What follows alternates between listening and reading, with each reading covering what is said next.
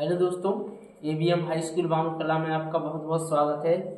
तो जैसे कि ये हमारा पार्ट 3 है, तो इसमें हमारा जो कि लास्ट लेक्चर है आज का। देखिए इसमें क्या पढ़ेंगे हम। सबसे पहले पढ़ना है इसे एर्नेस्ट मेयर।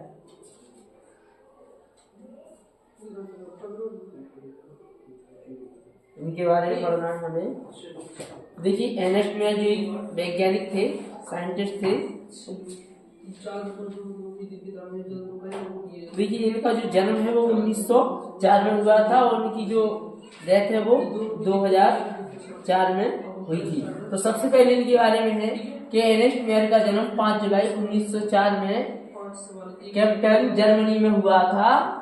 और ये जो कि हार्वर्ड विश्वविद्यालय जीव वैज्ञानिक थे, जो कि हार्वर्ड विश्वविद्यालय में है, उसमें जीव वैज्ञानिक थे। सबसे इम्पोर्टेंट बात है, याद रखना है आपको, इन्हें 20वीं सदी का डार्विन भी कहा जाता है। इनके लिए 20वीं सदी का डार्विन इसको कहा जाता है। तो एर्नेस्ट मेयर को 20वीं सदी का डार्विन भी कहा जाता है। तो यहाँ पर देखिए अगला है, अब तक 100 महान वैज्ञानिकों में से एक थे। यानी आप टॉप 100 वैज्ञानिक लो, उनमें से इनका भी एक नाम आता है।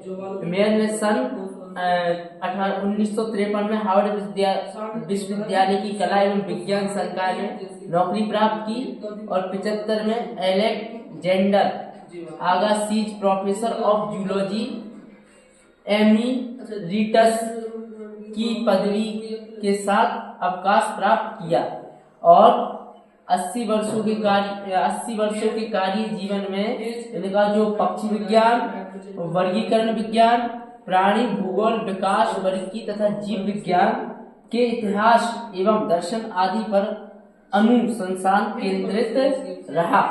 इन्होंने लगभग अकेले ही विकासीय जीव विज्ञान के केंद्रीय प्रश्न जाति विविधता की उत्पत्ति को खड़ा किया, जो कि आज सच है। इसके साथ ही वैज्ञानिक जाति वर्गीकी की परिभाषा की अगुवाई की। मेयर को लिए जो मेयर है इनके लिए 3 पुरस्कार दिए गए और 3 पुरस्कार दिए गए। व्यापक तौर पर जीव विज्ञान के 3 ताजों की संज्ञा दी गई। देखिए 83 में बॉल-जॉन प्राइज और 98 में इंटरनेशनल प्राइज और 1999 में क्राफ्ट प्राइज। 3 पुरस्कार आपको याद रखना है। और मेयर की 100 वर्ष की आयु में इनका जो है स्वर्गवास हो गया। इन्हें 20वीं सदी का डार्विन कहते हैं। इन्हें 3 पुरस्कार मिले।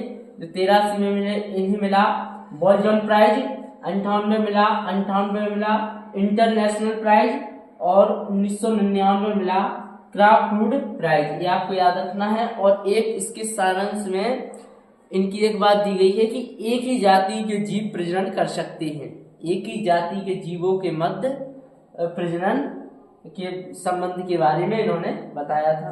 तो ये काफी इंपोर्टेंट है, इसको पढ़ना है। यहाँ से ऑब्जेक्ट टाइप क्वेश्चन आते हैं। अगली अगर हम बात करें तो नेक्स्ट पर एक टेबल आपको पूरी तरीके से याद होनी चाहिए। तो यहाँ पर देखिए सबसे पहले बात करें, इनके सामान्य नाम है। ये सब क्या है? सामान्य नाम इनके, जैसे मानव, घरेलू मक्खी, आम, गेहूं। और इनके जैविक नाम यानी इनके वैज्ञानिक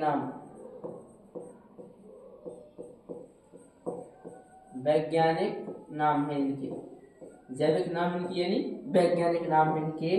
तो देखिए सबसे पहले बात करें, मानव का वैज्ञानिक नाम क्या है? होमो सेपियंस। मानव का वैज्ञानिक नाम है होमो सेपियंस।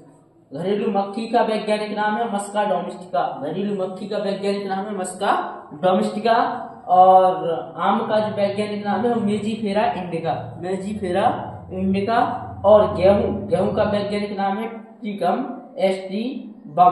तो ये आपको याद रखना है। तो सबसे पहले मैंने आपको बताया था कि पहले होगा आपका वंश का नाम। ये क्या है? आपका वंश।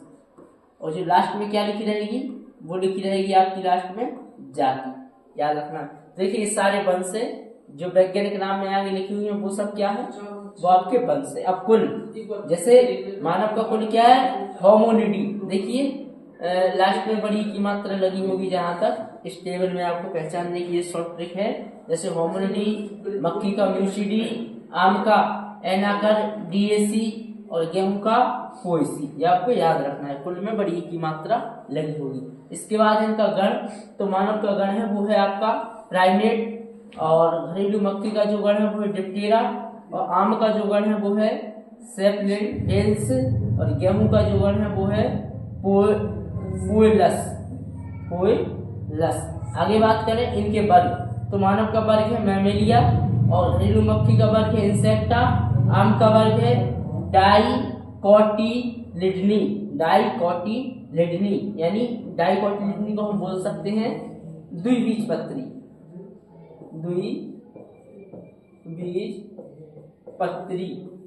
क्या बोल सकते हैं? द्विबीजपत्री। गेहूं का जो वर्ग है वो क्या है? मोनोकोटिलिडनी, इसको बोल सकते हैं हम एक बीजपत्री।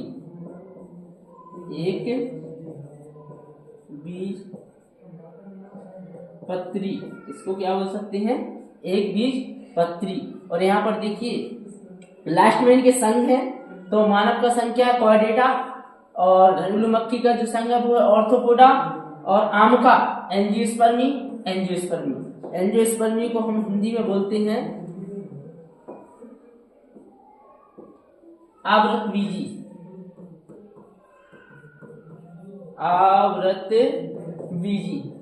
इनका संघ क्या है? आवृतबीजी। ये आपको टेबल पूरी की पूरी याद होना चाहिए। तो हमारा ये चैप्टर पूरी तरीके से खत्म है। अब हम पाठ अध्याय 2 जीव जगत का वर्गीकरण कल से स्टार्ट करेंगे। नमस्कार।